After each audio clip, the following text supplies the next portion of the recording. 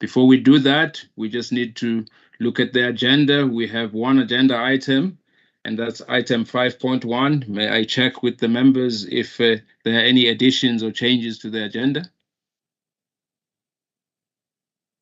If none, may I see by show of hands those that are approving the agenda? Mr. Mkhize, Simane, Ms. Sevilla. I see there are 5 others, but they're not showing on my screen. So can we then adopt the agenda?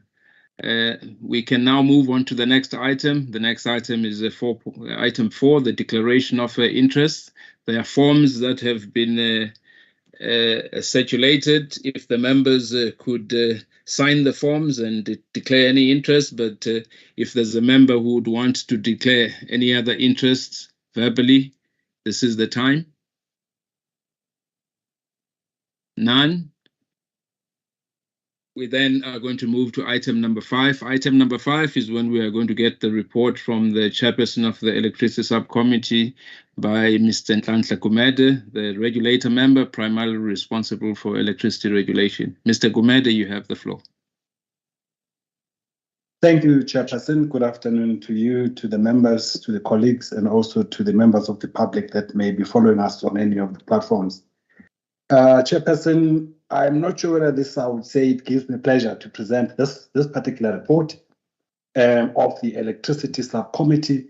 However, it is a duty, I guess, that one has to embrace with both hands. We also just want to start by thanking the energy regulator for the guidance previously afforded to the electricity subcommittee at the 2 previous meetings where the attempt was to deal with this matter. It is a difficult matter, Chairperson, and the electricity subcommittee has embraced the guidance from the ER, and also the report that comes is a culmination of the extensive discussions that have ensued at the electricity subcommittee.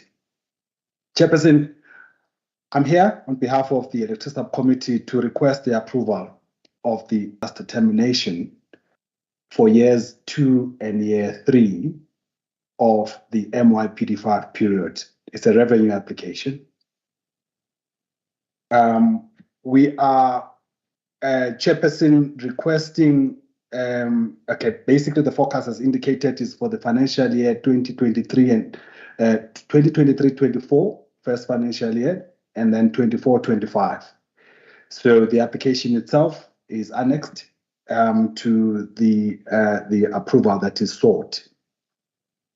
I think, Chair, in introducing this, I would like to just remind the energy regulator that although this approval is or this determination is based on the methodology, but the methodology itself is a framework that is drawn from the Electricity Regulation Act, which has a number of objectives, wherein our problem lies, for some of the objectives could well be seen to be conflicting.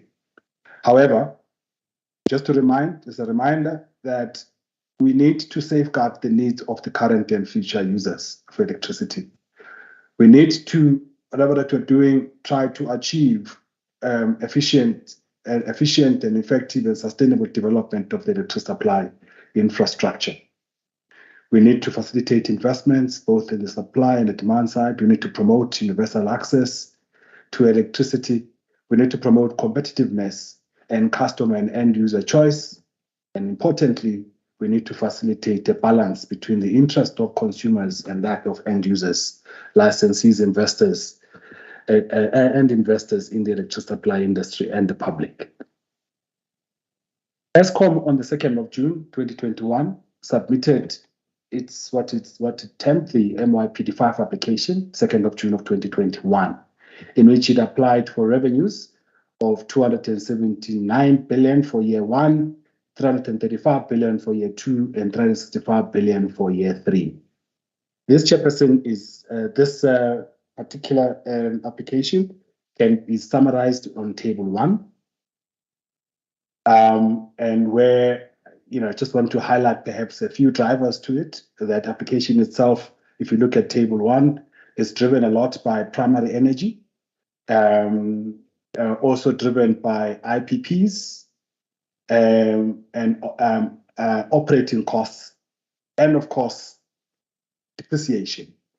The return has been kept because although Eskom could have applied for, in terms of the methodology, could have applied for a return based on its weighted average cost of capital, it had made an application for the 2 years that are remaining, the outer years. It has made an application for a WACC of 1.7% for year 2 and a declining WACC of 1.58 for the following year.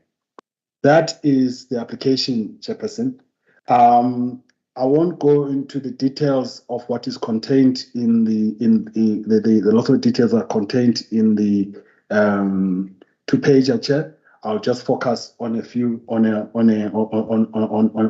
issues that over and above, and this is I'm now going to paragraph 5.7 of the paragraph 5.7 of the 2-pager, is that on top of the issues that on top of the application, it must also be considered that there was an outstanding 59 billion out of the 69 billion that was that was injected by government for the MYPD4 period. That there was a settlement on that in terms of the court order, that we needed to then reverse the amount that had been considered as revenue, the equity injection that was considered as revenue in the MYPD4 period. And that the reversal therefore ended up with an additional 15 billion rands for each of the years, 23-24 and 24-25. And for subsequent years until all of the amount, the outstanding 59 billion, is then collected, and that would be recovered from standard customers as well as other special customers, including exports. This, as indicated, Chairperson, this particular application was dealt with by the ELS on a number of occasions, but I'm just going to highlight, without being specific to which meeting of the ELS and whether it was in the workshop or in the public meeting, which meeting that the concerns that were raised by ELS were raised. But at any rate, I just want to maybe just highlight a few of many issues that were raised by the members of the ELS. I think of all of them, the one that stood out completely has always been the concern by the members of the Electricity Committee for the use, or others may call it the abuse, of the open cycle gas turbines. That ordinarily we say, not because of its technical capabilities or not, but just because of the costs that are associated with the running of these units, is that these were supposed to be operated between 6 and 8% if we had an efficient licensee. However, in its application, in its revised license application of September 2022, Eskom increased what it asked for in respect of the load factor for OCGT to a load factor of 12%. So that's been a serious concern by members, that, to what extent is OCGTs being used to compensate for an inefficient licensee. And if we were to consider the actual requirements of Section 15.1 of the Electricity Regulation Act, which is very specific, that the tariffs must allow an efficient licensee to recover those costs. To what extent is this application for 12% going to be compensating for the inefficient operation by this particular licensee? The other issue that was raised, which is linked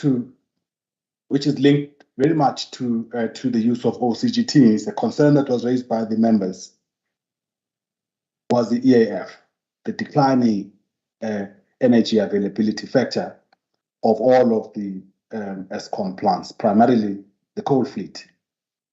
because all others, hydro is running at 100% EAF, and then of course the pump hydros, it's just dependent on how much water can be pumped up. But it's really the coal fleet that is a challenge. And nuclear, of course, it's only when the plants are actually out for maintenance, for routine maintenance. And the question that's also asked is, are they taking too long for those plants to come back? So in essence, the biggest issue was, what is it? What is Eskom doing about this declining EAF? Are they merely not doing anything because they're going to rely on open cycle gas turbines, irrespective of how much that would cost the economy? And of course, which we are currently experiencing load shedding as well. So those are the primary things, Chairperson, and others, of course, that were linked to that would then be the rates of other materials that is increasing. For instance, the coal burn rate. That is clear that the coal burn rate is increasing, and what's even worse is that it is increasing, and yet we've got a declining output from those coal plants. What is the problem there? Linked to that would be the overuse of startup oils and related materials, including water that is used. So the questions, there were lots of these questions, but a lot of them were linked primarily, Chairperson, to the energy availability factor of these plants. There were questions, of course, which were talking to the RAB. And maybe just to talk a little bit to that, Chairperson, unfortunately, the RAB, the regulatory asset base, was that there was a jump from, apparently from, if one looks at that application at face value, especially the amended application, that there was a jump from 550 to over 1.2 trillion in terms of the RAB that was applied for. And the question was why? And the issue here was about how, because the RAB is not based on book value, but is based on replacement value, there was an issue of misalignment of what NERSA did, basically adjusting the RAB down using EAF, which was not supported by the MYPD4 methodology, and hence why that concern. Chairperson, I think I've in the main captured the most, except the one thing that perhaps that I might as well also capture, the question of sales. What was asked is two things: that sales, to what extent are the sales that are being forecasted by Eskom are affected by load shedding itself, number one. And that issue was indicated that in the forecast, the sales lost due to load shedding are discounted, but basically I actually added back onto the forecast, and therefore the actual forecast includes sales that could have been achieved had there not been load shedding. But the question then still remains, that says, how do you account for possible lost sales? Because investors may have been discouraged, and also other people may have shifted from greed and gone into oversupply. Chairperson, those were the main issues that were discussed at DLS. But having considered everything, Chairperson, the committee then recommended the revenue that is the revenue that is presented in Table 5. Chair, I will not talk to the numbers yet because those numbers are subject to the deliberation by the members of ER. But we've got a Table 5 of the submission of the two-pager before you, Chair. Those were the recommended numbers, having considered and made the adjustments, which were primarily the adjustments were primarily in terms of operating costs, primary energy, and IPPs, which was unfortunate, Chair, because the adjustments down of the IPPs had then increased the amount of diesel that has been applied for. Is that the the challenge with that is that it became clear that some of the projects that were especially in terms of risk mitigation and the other bid windows, that they were not going to be ripe for the coming year, and therefore had to be moved 1 year out. So that was the adjustment down, and a little bit of adjustment in terms of depreciation. But previously, the things that had been agreed on, like arrear debt in the previous year, were not applied for in this for these remaining 2 years. So those were actually removed. But the recommendation for revenue, Chair, is in table 5, and we then want to then say, if taking those recommended allowable revenues, which will include, of course, the court order. Maybe the one thing that I can also say in terms of that, what is clear in terms of the table 5, Chair, is that Eskom had anticipated the liquidation of a particular RCA, RCA for 2019-2020, which at its previous meeting, the energy regulator has recommended that that RCA be liquidated over 3 years, but not starting from next year, not starting from 23-24, but starting from 24-25. So that decision has also been effected in the table. Then, of course, Chair, taking that revenue that has been recommended, that the actual how that will translate in terms of increases to standard increases of the average tariff to standard customers, that is captured on Chair. Once that decision has been arrived at, then the energy regulator will then consider the ERSA for 23-24.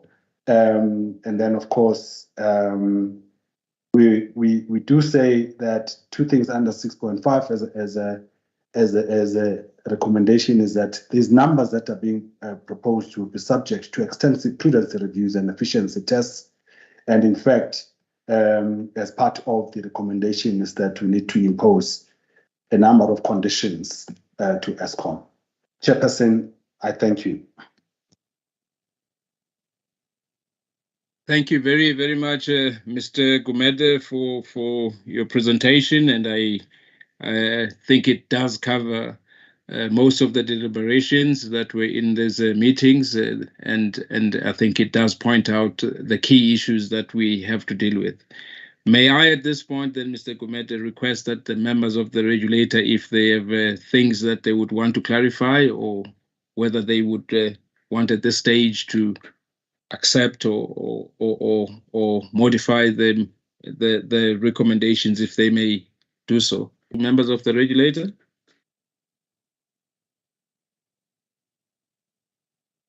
I see the first hand from Mr. Mkhize. May I start with you, Mr. Mkhize, and we'll wait for the other hands. Thank you very much, Chairperson, and thanks to me that I am a member of the electricity concerning what was raised in the workshops and the previous meetings of the ELS.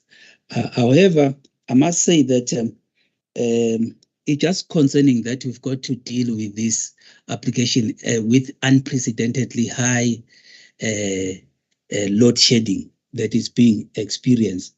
And with regard to the reduction of sales, I'm not so sure as what can be done in that regard, not to in terms of dimming without contravening or deviating from the methodology.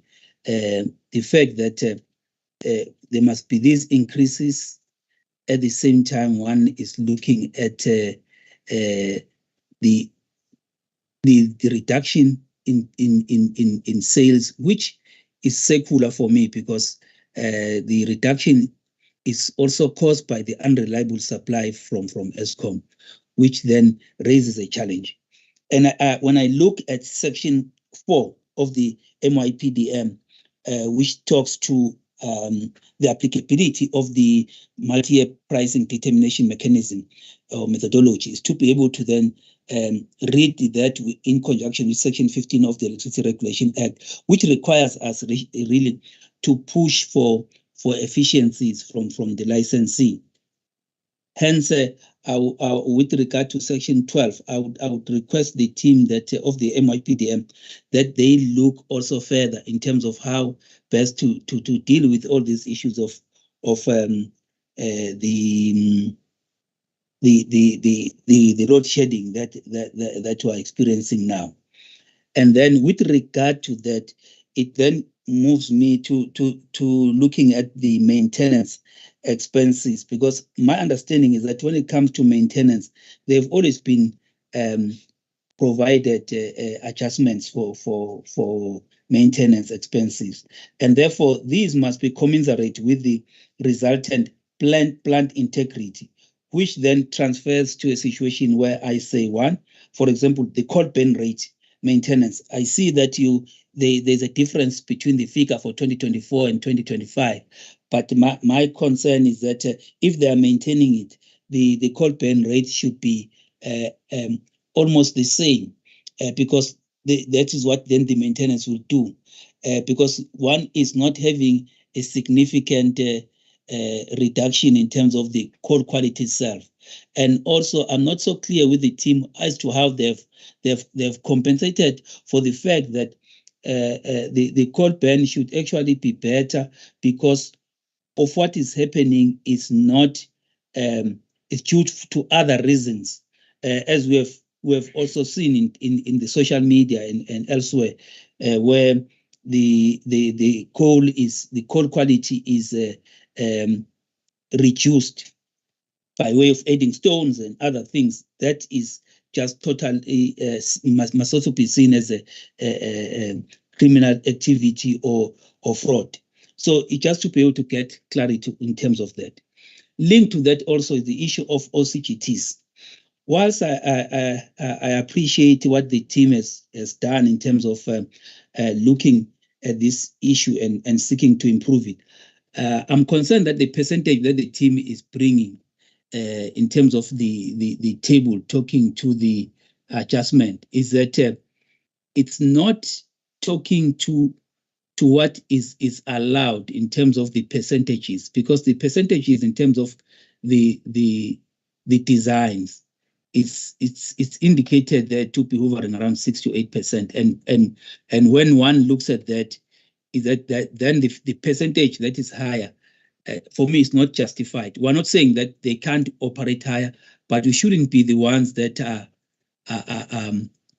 promoting that or allowing that in terms of what then we deem to be efficiently and prudently incurred. So I would request that this be revised downward to the minimum, especially when one considers that we are in a situation where a bulk of the facilities are actually not operating at their level, as indicated by the lower EAF, much lower than what we had in terms of the 72 in recent years. So even that EAF, in terms of us deeming it to be at a higher level, because not recently we're sitting at 72, and then one would ask, why not have it at 64?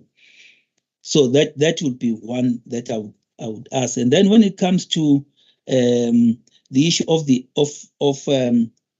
R&D, I was concerned because when I look at section 10.4.1 and section 10.4.2 of the methodology, it says that it should benefit customers and be prudently incurred. I would, because we're not doing things according to whether the quantum is high or low. We're looking at issues as a matter of principles.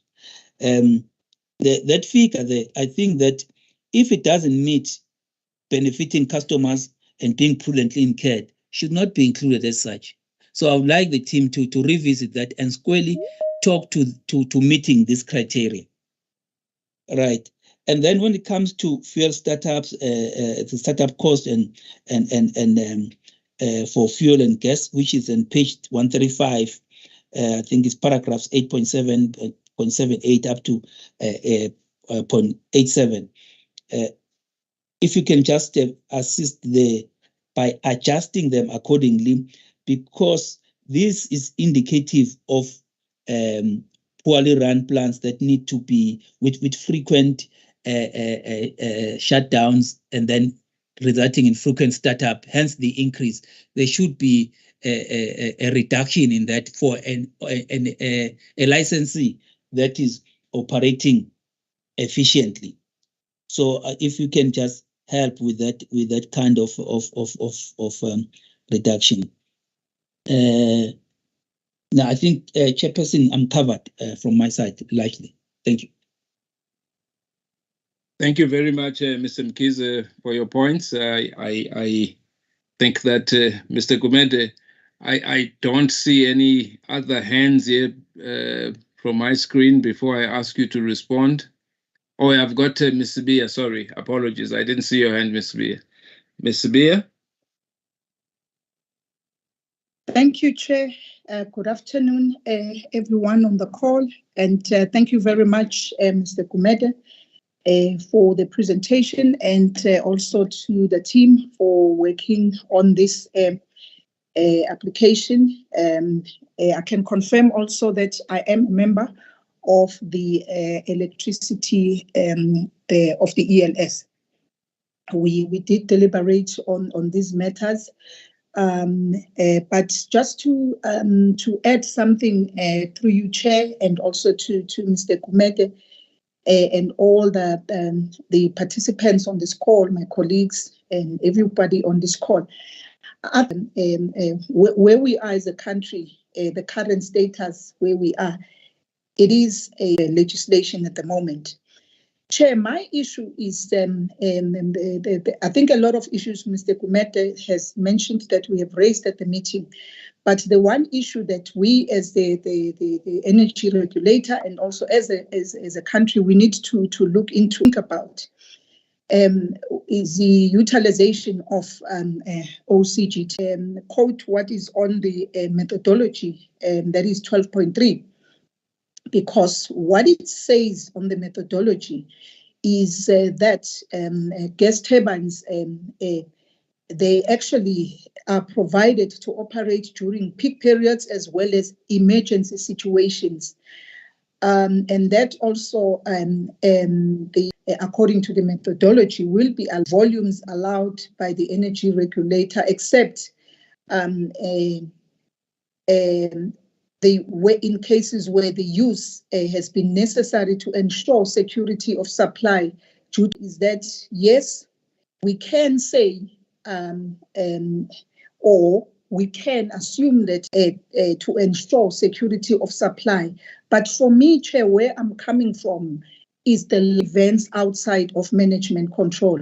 When we balance those two, we need to make sure that those two are balanced, because yes, as a country, for our economy to improve, ensure ESCOM need to actually ensure security of supply, and therefore you run then OCGTs in that case. But the last portion of saying events outside of management control, Chair, it's still a matter for me to say, how then do we that resulted in supply, were they events that were outside of management control? I think if we can answer that, Chair, and the members and everyone, which actually talks about the issue of saying gas turbine generation should be employed before implementing of load shedding activities. So if you read it together, we are really between a rock and a hard place to say at this stage that they were run actually just before load shedding activities. But we still need to prove the issue of management control and any situation of the country to make sure that load shedding is actually not at its highest level, as we are experiencing now, based on the current situation, to say that this is a prolonged time of load shedding. But a lot of those other matters have been highlighted by Mr. Beer. I have Mr. Sabanda. Mr. Gumede, may I just check you are fine if we take the first round of all of the questions from the members and then you can provide some inputs thereafter? Yes, Chairperson, I'm fine with Thank it. you. Thanks. All right. Mr. Sabanda? Thank you, Chairperson, and thank you to Mr. Gumede and the team. Perhaps also to express appreciation as a non-member of the elected opportunity that was afforded us to participate in the and the discussions, and also that most of the issues have been resolved. Chairperson, maybe if I can start off with the issue around the sales forecast, and I know that over the years we've raised concerns around this particular matter where Eskom has previously appeared to have overstated the sales forecast. But I'm happy that by and large it has come, sort of like to and focus. However, I think we just need to then indicate in instances with a variance between our forecast and that of Eskom, and just explain why we are accepting Eskom's.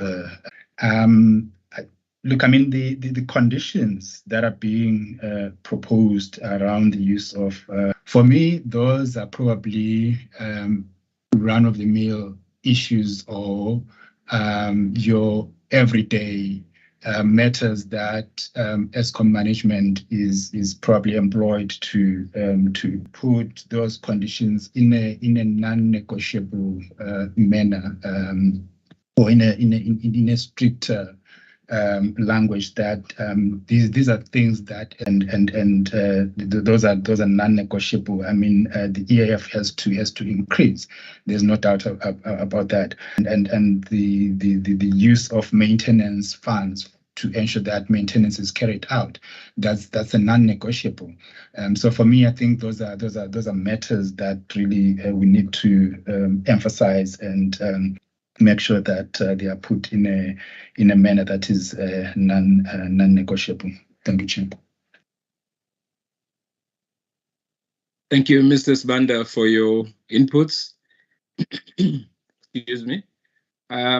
I don't see any other hands, and I am not supposed to do what I'm going to do of asking Advocate Sithole and the other members that I have not asked if they have comments or indicate their satisfaction with the way that Mr. Gumede covered the issues they may have wanted to cover. Ms. Advocate Sithole? Thank you, Chairperson, and thanks to Mr. Gumede for his extensive presentation, Chair. Chair, I am a member of the ELS table that has been provided by colleagues within the believe they are covered, and therefore then thank you, Chair. Thank you, Advocate Sithole.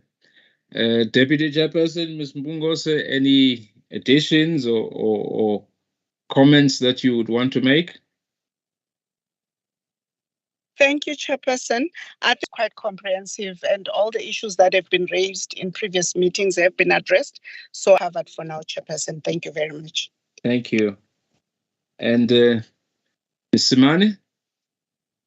Thanks, Chair. I think also I am covered by what Mr. Gumede has presented. The factors that have been raised by my colleagues. For now, I am covered, Chair. Thanks. Thank you. Thank you, colleagues. I don't think that I've left out anyone. Mr. Gumede, may I then invite you to address some of the issues and indicate whether some of the things that have been proposed, the team is able to undertake that. Thank you, Chairperson, and thanks, members, for the questions and the guidance. A number of them are actually enhancements, and but I think the others I'm hoping that Chair will be able to formulate and put into it, and formulate them in a manner that allows us to actually less. However, that proposal needs to be and agreed by the ER members, specifically on the amount of OCGT that will be used. And then there are other newer matters that the team will actually work on them, like the actual things like the startup oils and things like that.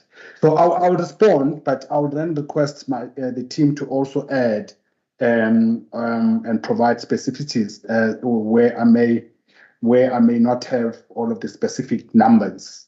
Again, guided by the fact that facts and evidence, and to be able to actually put the scene in terms of the challenges that we are facing. Maybe it also then addresses the question that's been asked by Madam Sbia in terms of the applicability of Section 12.3.1 versus the applicability of the MYPD4 methodology. It is unfortunate, Chair, that I think in a rock and a hard place here. That says we the drop in the EAF, the EAF level may have set at 72, sitting at the place where it's sitting at now. The whole issues, the quality of coal. We know intrinsically where these issues are, but can we prove them before the court of law? Can we then be able to say, present this in terms of facts and evidence as called for by our law, the founding law of our law? Will we be able to do that? I'm not too sure, Chairperson.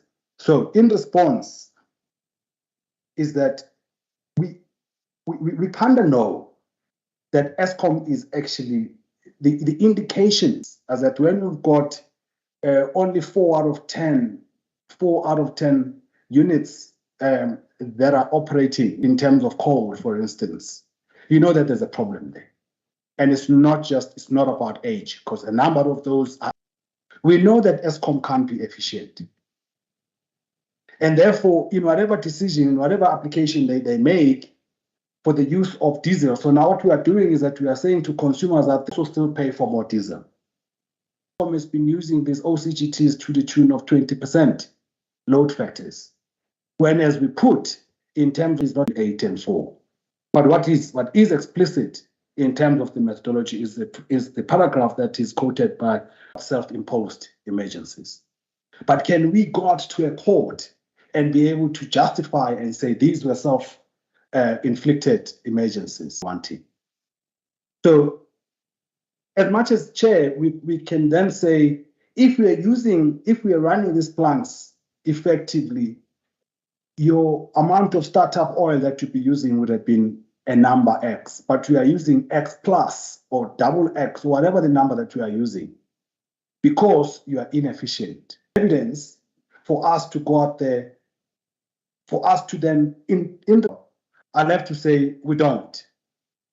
So I think, Chair, we're sitting here between a rock and a hard place.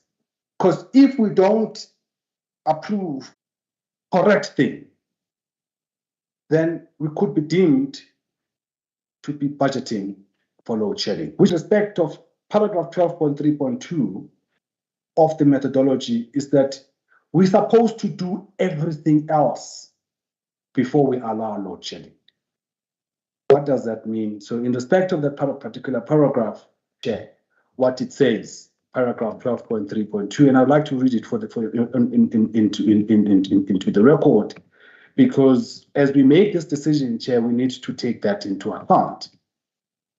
Basically, what that paragraph says, Chair, is that in terms of the use of gas turbine, is that capacity constraints shall be mitigated by gas turbine generation as a last resort for avoidance of doubt before implementation of load shedding activities.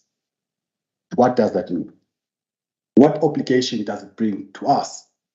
How do we counter that, those obligations that may emerge from that, from the obligations which, Chair, you've raised yourself, which is paragraph 4.6 of the methodology, that says whatever that we do does not preclude the energy regulator from applying reasonable judgment on the Eskom revenue of what is in the best interest of the overall South African economy. So I guess, Chair, I'm just raising these two issues in response to a number that I'm going to ask my colleagues to deal with that issue at a high level. I think, Chair, the public. At this stage, the South African economy is facing two evils. One evil is electricity tariffs that are running away from an increase that is requested, which does not even indicate that's which is load shedding. However, if we make a decision that upfront could be deemed to be counter, that is supposed to be everything else has been done before load shedding, to what extent are we going to be in breach of all of the an efficient use of startup oils, an efficient use what we intend? If we have not done that, how do we make changes without facts and evidence? Chair, I'm hoping I didn't take too long, but I'd like to, if there are others, specifically, for instance, if somebody may have something to talk about in terms of the R&D where it's used, to see whether can these fuel, the startup fuel costs, for instance, be adjusted and so forth. And then, of course, in respect of the sales forecast, can we indicate why we did that? Yeah, thanks, Chairperson.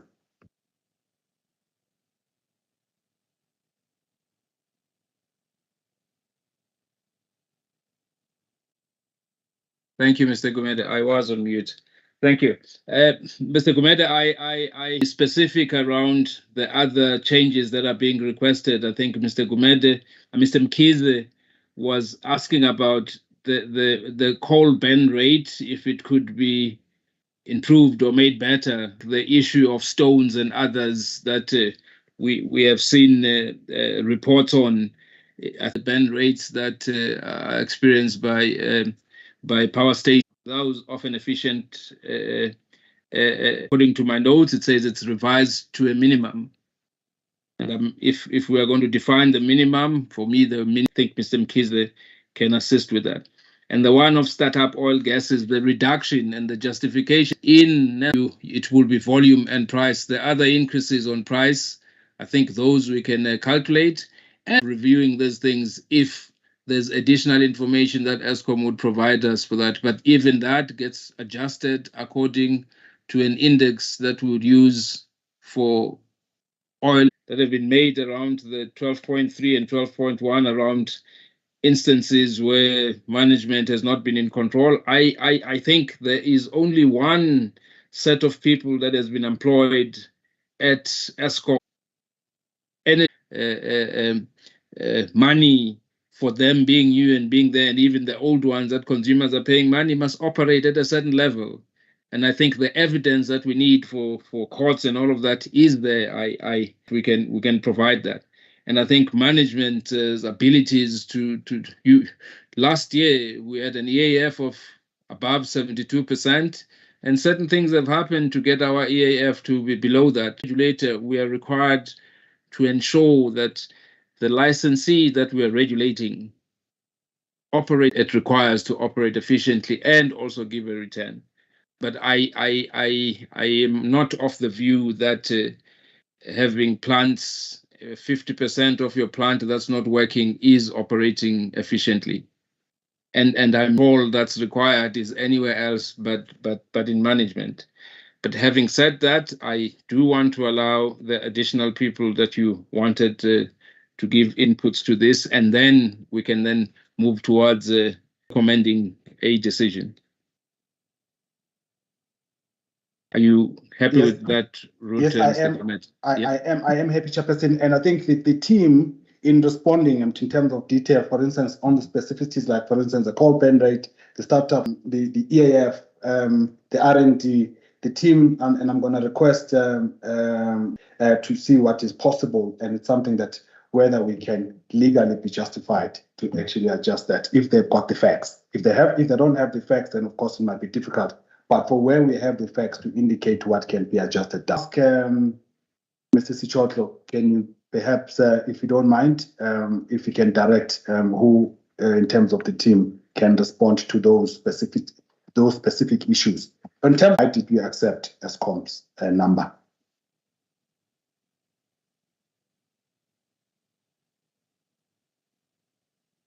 Is Dr. K in the meeting? Yes, Chair. Dr. K is in the meeting. Good afternoon. Good afternoon. You are cutting a little bit. So, is it audible now? Much better. Yes, it is. Okay, so in our own calculation or sales forecast in Eskom was generally under 4%. So in terms of the methodology, I don't have the specific. So when variances fall within the 4% band, they will normally be carried over. So for simplicity in terms of the sales forecast, because this sales forecast also informs other work that Eskom needs to do around, for instance. So we try to simplify the process of forecasting so that if variances fall within this band, which is an acceptable band in terms of, if it falls above, then we'd do the adjustments. So I do also note Mr. Sbanda's question that our variance is actually an issue of rounding off. So we'll actually put a footnote. Thank you, Dr. Kunjulwayo. Mr. Murphy Mureng, I hope he's here or his team is here, if they can handle that. The reason I'm doing that, I really want us to get to the difficult ones at the end, because normally they take longer, and UCLF and all other related matters. Mr. Mureng, are you here, please? Thank you, Brian. Good afternoon, everyone. On the R&D, if you look at the previous years, unfortunately, it's not in the document now. It has been decreasing at the rate. And also when you look at the analysis, when you do the analysis, we look at the annual financial statements. But for this application, Eskom has indicated that now that the stakeholder engagements on projects that are approved, that should be undertaken by. But I think Mr. Mkhize's question was pointed. Is there somewhere where we can get the results that show that the money is being employed gainfully? So we will have to do that, unfortunately. Thank you. I think Mr. Mwefi just says that if you could come up with something that the research that Eskom has produced is on this, and then these are the results. That's the sort of analysis that to conduct, not on other things, and whether it's been obtained prudently. Would you be? We'll look into that, Moses. Thank you. Thank you. Mr. Mkhize, would you be? I'll be covered as a matter rising, as I indicated, the 10.4 out. And I think even in looking at the RCAs for the others, we need to consider that and come out very clear. Thank you. Thank you, Mr. Mkhize. So the next one, we thought maybe, I know that you have not pointed at me, but the next one, can I just ask Mr. Sumani Mandla to talk on the issue, or his team on the issue on the startup oil, given the operations of Eskom, please? Yes, thank you very much, Chair. So with regard to startup fuel, the team has even in the past discussed probable reductions given the performance, and we are going to just relook at the evidence we have. But from the discussions that were item KZ2, I would like to add on to that. But yeah, it seems like it's an adjustment that's likely to be possible. Mr. Mkhize, I suppose we are going to say Mr. Mkhize Jr. Would you like to add? I think this morning has covered it. However, the issue of startup oil is linked to efficiency of the system. So, Mr. Mkhize, you're not very audible, so I'm not sure if you need to come closer to your phone or check your connection. yes, Chair. I think I will just leave it at what the company has said. Okay. Thank you. Brian? Yeah, Mr. Mkhize, I think Mr. Mkhize Jr. is getting to your connection and move around, because now we want to talk about the issue, the big one the big elephant in the room, the use of look at how much OCGTs are being used, whether it's 6%, 8%, or 10% or whatever, but rather talk to it, looking at also the EAF and other matters that would be within ESCOM's in response to the combined questions from members in terms of the use of OCGTs. Yes, Mr. Sichok. I don't know how is my audibility now? You are fine, sir. You can From my continue. side, This opportunity. I think on one hand, one has to look at their technical capability of what they can and cannot do. Currently, as Mr. Kumede has said, they are running them quite hard. Sometimes they can run them as high as even at 20% load factor. So on one hand, one has to consider the economy, and then on the other hand, one has to then consider the cost to consumers, and then strike a balance between those two. Of course, remembering that whatever reduction that we impose has got a bearing on, that whatever capacity we reduce OCGTs by has to come from elsewhere. And in of say 6%, it then means that your coal plants have to operate at least 65% load factor. Within a period of a year, ESCOM will be able to increase its its EAF from the current 51% to 65%, of ensuring that ESCOM is an efficient operator. One would then have to decide as to where to draw the line, as to where the balance is between, say, putting it at 12%, which is where they have, and then at 6%, which is the minimum that has been mentioned. So then maybe one has to then put it somewhere there in the middle, so that we don't plan for load shedding. I think, Chair, having said that, I think it is the decision of at the end of the day, but I think we can only bring the facts to the fore, the facts and evidence to the forefront. Thank you, Mr. Sechok. Thank you, Mr. Mkhize. I do want, Mr. Mkhize, we should not get to a point where we think that we are owning load shedding.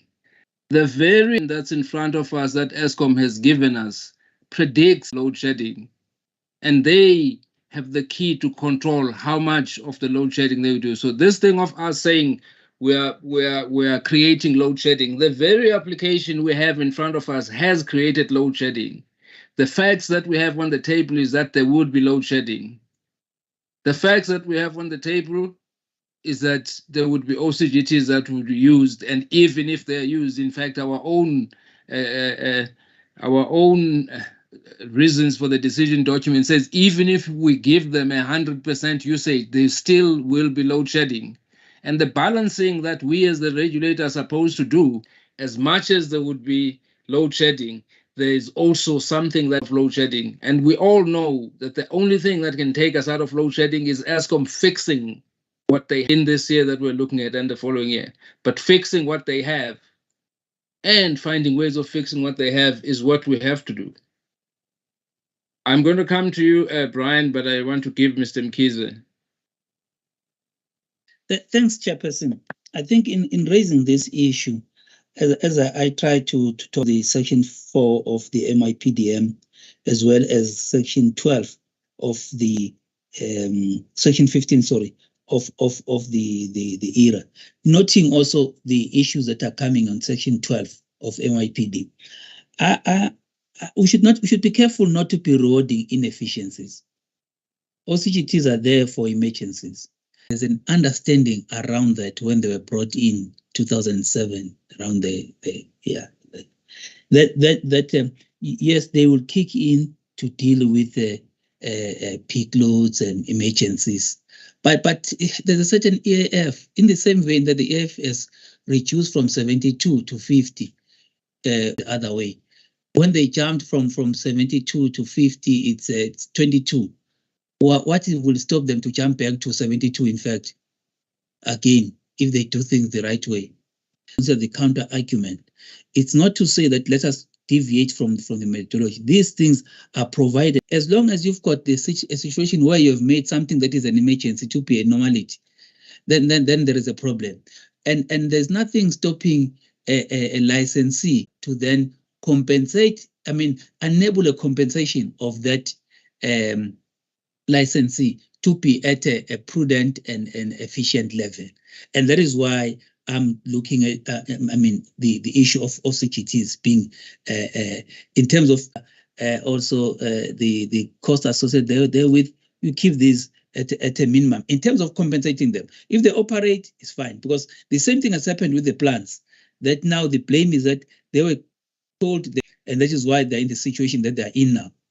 But at the same time, there's a maintenance that is bid for them. My understanding in terms of spending must be commensurate with keeping the integrity of the plant at an acceptable level. Thank you. Thank you very much, Mr. Mkhize. Mr. Shotlo, I don't know if you still want to provide addition. From my side, these are the issues that I captured. I'm not sure if there is anything that I've missed, taking also into account some of the comments coming from Mr. Gumede. So I think if there are no more, we can stop here and engage on that. But I don't know. Yeah, I'll leave it here, sir. Thank you, Mr. Shotlo. Mr. Gumede? Chairperson, can I maybe request for a way forward and just say, in respect of the coal burn rate and the startup oils, I think can I ask that we be given numbers accordingly and introduce the efficiencies there, because at least we do have some kind of historical facts on this, so this we can adjust accordingly, and at the end of the meeting we'll be able to actually update those numbers. And I think in terms of the R&D, as indicated, it becomes a matter arising OCGT with EAF. Then can I just request, Chair, that the ELS had come here with a proposal for allowing 10%. After all of this discussion, Chairperson, I think there needs to be a decision of ER in terms of, do we allow 10 as was proposed, or do we allow 6%? So if we can get that guidance, Chairperson, that will allow us then to actually be able to conclude the numbers. I will do that immediately as the summary of the recommendations and then check with the members.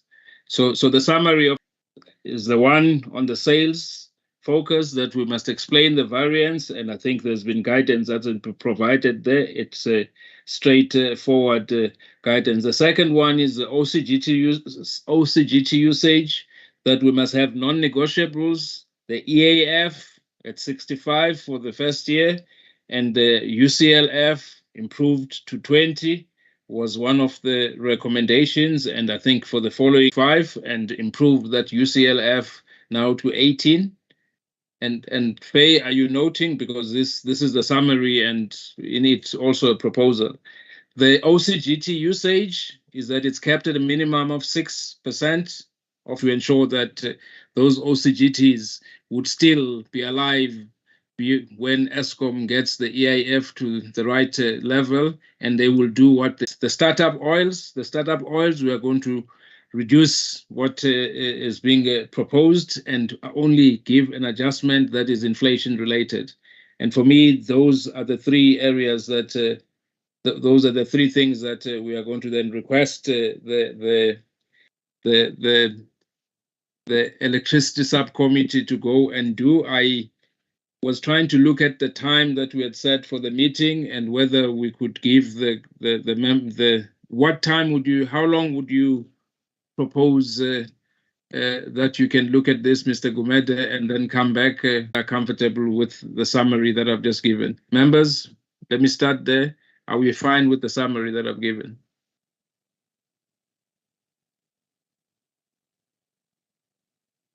Advocate Tole, Ms. Mbungose, Simane, Mr. Mkize.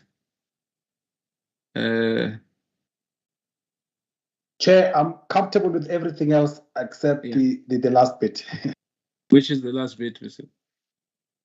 The last bit, Chair, and by the way, I will be able to say it to be the decision of the regulator. So maybe what I should do, I'm actually, let me put this way, Chair. I'll be comfortable with the decision of the regulator on all of the issues raised. Thanks. Okay. So then please provide me with some indication, Mr. Gumede, of how long do you think you would take, and whether we are going to then say that, because the members would need to see these numbers, maybe they won't like them after they've seen them and have a different decision. Chairperson, we had already computed the numbers, but I think if you can give us 10 minutes at most, so if we can reconvene at past, and then but the numbers need to be circulated to the members. Okay. So if maybe we can reconvene at 15:30. Okay, let's do that. Let's reconvene at 15:30. Thank you. Thank you, Chair.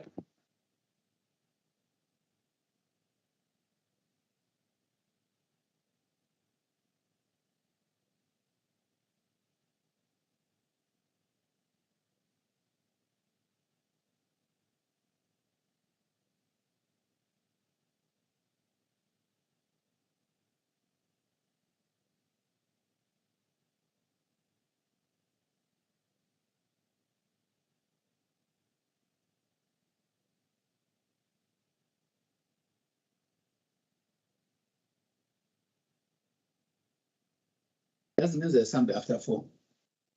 Something on first 5. We can hear you, Muzi. Mr. Mkize, Muzi. mute.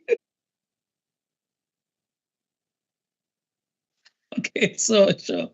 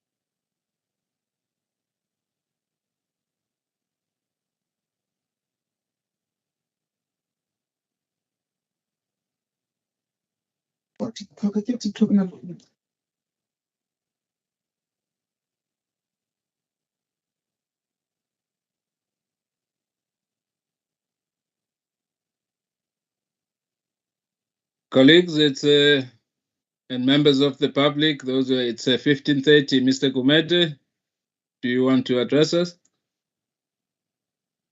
Chairperson, because of load shedding, we are struggling with this communication with the documents. I have the document in front of me, but I've not been able to open it because I'll need to share it with Ms. Nube, who will then communicate with all of the members. Can I really just ask for another indulgence, please? 5 more minutes, Mr. Mkiz, Mr. Gumede. Okay. Yes, please. Thanks.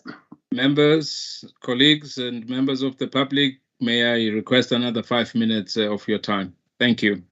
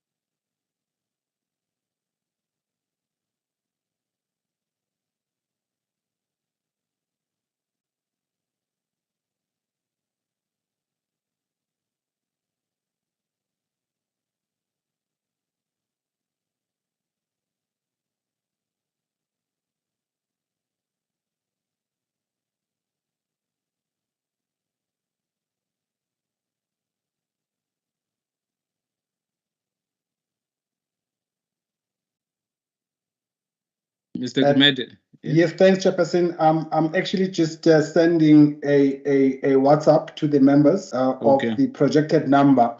We're struggling with the sending of the document, but it reduces to effectively. Okay. Members, may I check with the members if they have received? Brian, do you want to? Yeah, sorry, Mr. Gumede, Tilia sent it in PDF and I've been able to open it. Maybe check on the PDF version. He's just sent it through the PDF. I don't know if you can open it, because I was also not able to open it on the Word version, but now I've been able to open it. Yes, I have. So I'm just going to forward this to. I'm going to forward this to Mr. Ngube. Actually, I'm going to forward this draft decision to all the. Mr. Gumede, I wanted to suggest that I've got the SMS, and I wanted to suggest or to check if the members have also got the WhatsApp and whether they are happy to deliberate. Ms. Beer, Ms. Simane, Ms. Mpungo, or Mr. Sbanda has got it.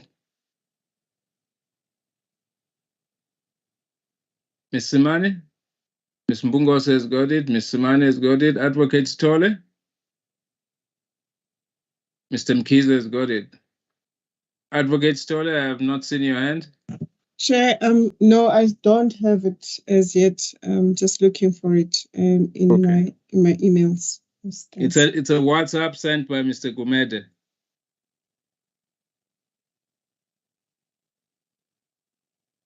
I got it, Chair. I got it. Thank you. Members, we have that, but that's for the 1 year, and I'm not sure if Mr. Gumede, they are working on the other one for the following year. Chair, I'm just now sending. I'm just forwarding the email because it's got all of the numbers. I'm just forwarding the email. Thanks. Thank you. May I beg your indulgence, members of the public, that we are trying to finalize this, and I think we have deliberated this on a lot of times. So rest assured that we have applied our minds, and we continue to find the right balance between these conflicting requirements that we.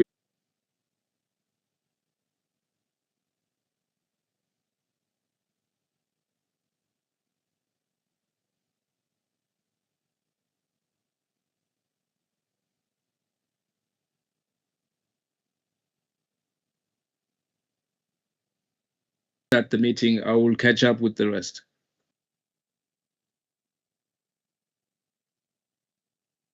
Mr. Mk, are you able to send me the number for the following year? Okay, I've just sent the email out now. Let me just check if the colleagues have sent. No, they haven't sent it to me. Please, colleagues are listening. If we can just cross the 1 year, if we can also send the other year, please. But I've sent the email through. I think in the meantime, I mean, I'm not sure what's happening with my email. I don't know which email has been used, but if we could just.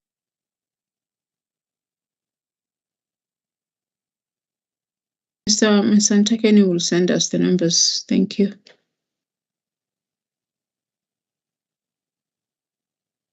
I actually have it. Let me just resend this. It's one strange there.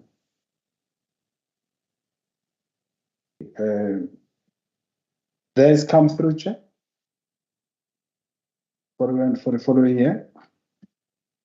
Yes, I have received it. May I confirm if the.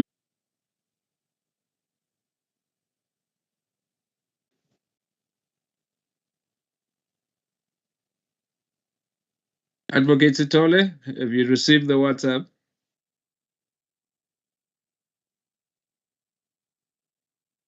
Advocate Sitole, are you still Mr. Tole, Advocate Sitole has just indicated that she lost connection. She's trying to reconnect. Okay, and Mr. Sbanda, have you received it? Chair, I've got the WhatsApp. I received the email as well. Thanks. Thank you. All right, colleagues, can we then Mr. Gumede, if you can then take us through it, and we'll then see if the members of the regulator are happy to make.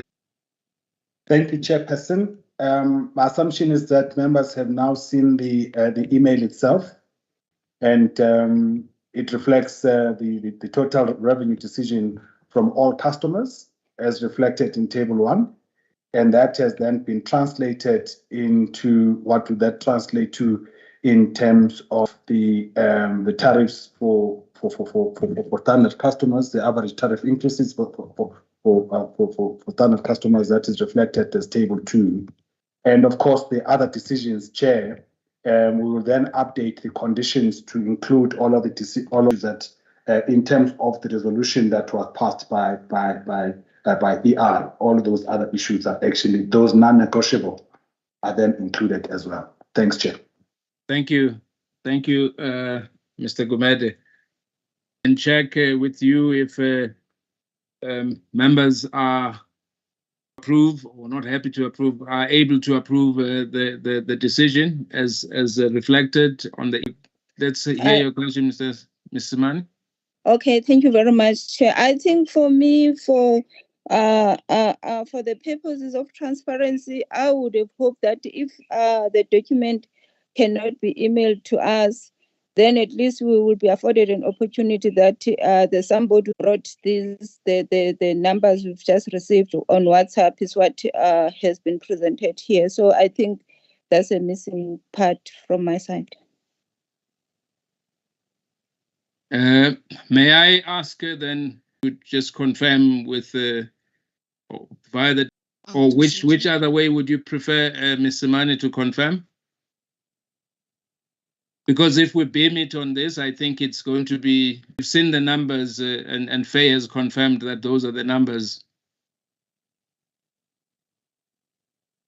Yes, Chair, I've seen I've received the WhatsApp from Mr. Gumede. Thanks. Okay, thank you. Then, colleagues, Mr. Beer.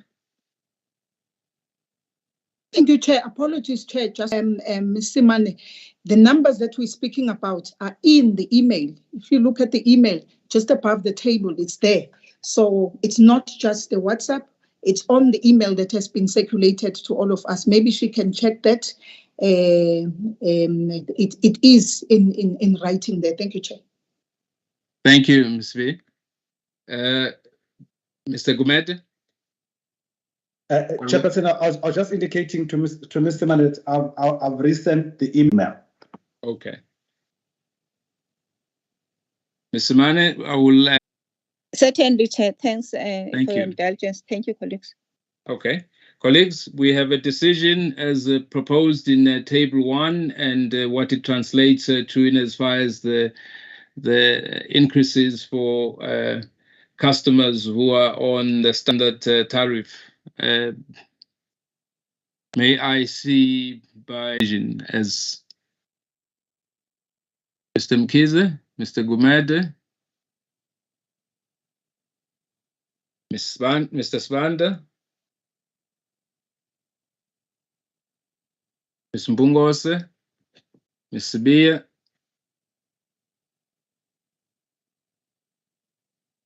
Mr. Mane, I need to record your advocate Sitole. Mr. Mane? Yes, Chair. Yes, Chair.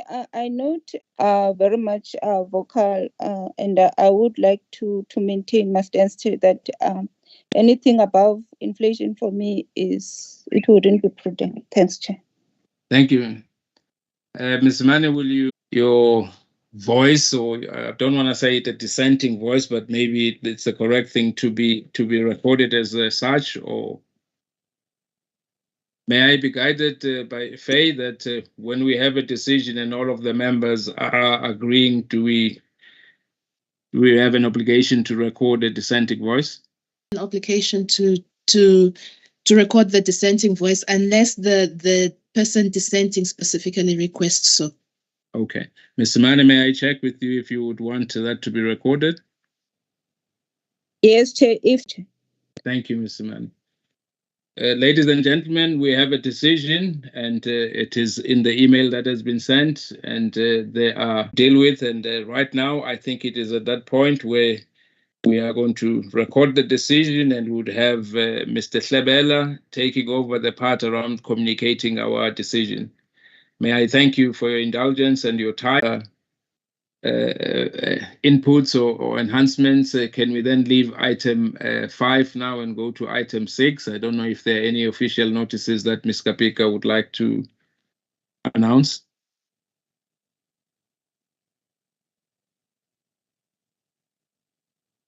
Ms. Schreiber? Good afternoon, Chair. Alex, Ms. Kapika asked me to do it on her behalf. Chair, she requested that the document that is in before you is regarded as read, and there's nothing else to add. Thank you, Chairperson. Thank you.